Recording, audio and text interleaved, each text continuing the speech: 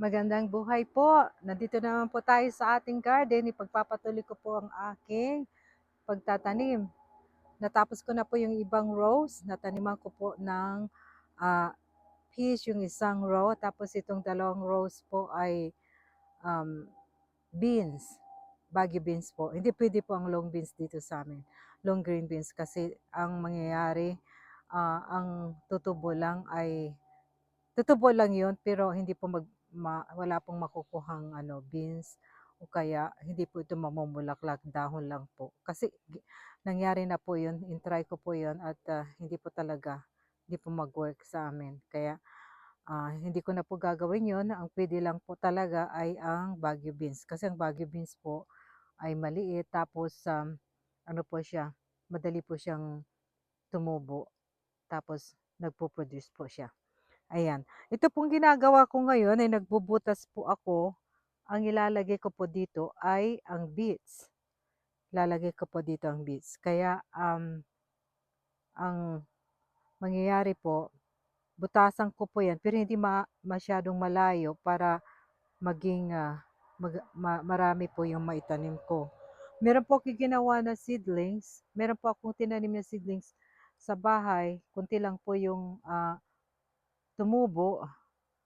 Pero ididiri ko na lang po yung seeds sa sa lupa po para tingnan na lang po natin kung mag-produce siya o hindi. Anyway, importante po ay may tanim natin siya kasi ang beets po nakakain po 'yun, pati yung greens po niya pwede pong isalad po 'yun. So mag-ano na po tayo, magbutas po tayo dito sa itong weeds cover. Lagyan po natin 'yan para po kaya nilalagyan po para po may iwasan po yung weeds na ano po, yung ma-overcome po yung halaman. Kaya nilalagyan po nitong weeds. Ayan. Katapos ko pong magtanim ng beets, ay magtatanim din po ako ng kale. Kasi ang kale po, pwede po siyang i-freezer.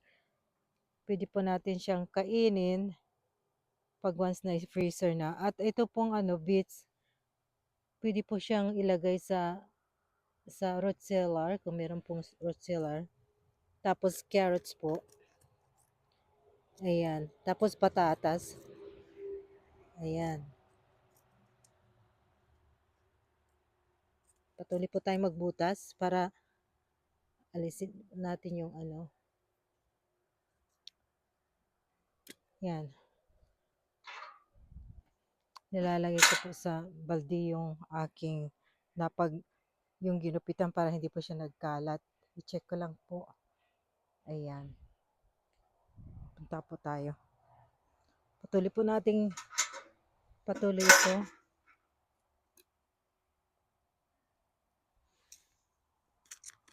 Ang lola ay nagtatrabaho.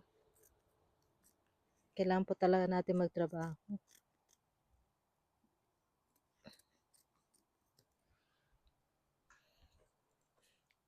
Para sa ganon, magkaroon po tayo ng gulay na fresh. Ayan. Ganda kasi po yung may sarili tayong tanim. Nakikita niyo po, mayroon na po ang aming trees po ay green na sila. Buhay na buhay na. Pero po, at by 21 po, mawawala na po kami mag-start na naman po ng mawawala ang liwanag. Meaning po, kahit kalalapit lang namin, kararating lang sa summer. Tapos by 21, solstice po ay yun na po yung araw na mawawalan po ng liwanag, mga 5 minutes po everyday. Kaya ganun po ang mangyayari sa amin dito, nawawala ang liwanag. After ng liwanag, mamaya madilim na naman po. Kaya ganun. Patuloy natin po yung ating pagbubutas ng weeds para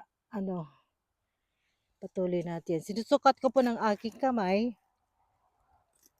kisa kumuha tayo ng ruler, kamay na lang po. Very practical. Ayan.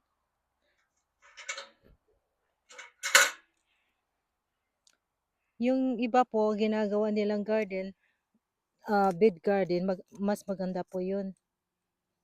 Dito sa amin hindi po. Hindi, ayaw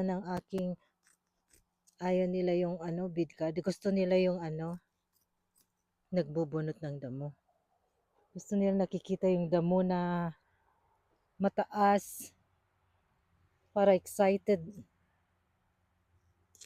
Excited sa pagbubunot. Ano ba yan?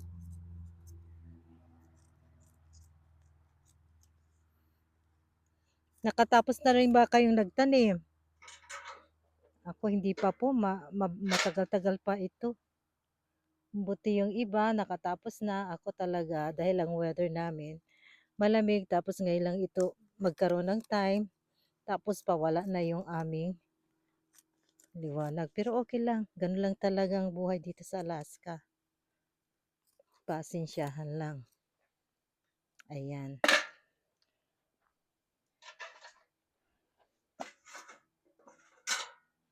Thank you po muli sa inyong panonood. God bless everyone. Bye-bye po.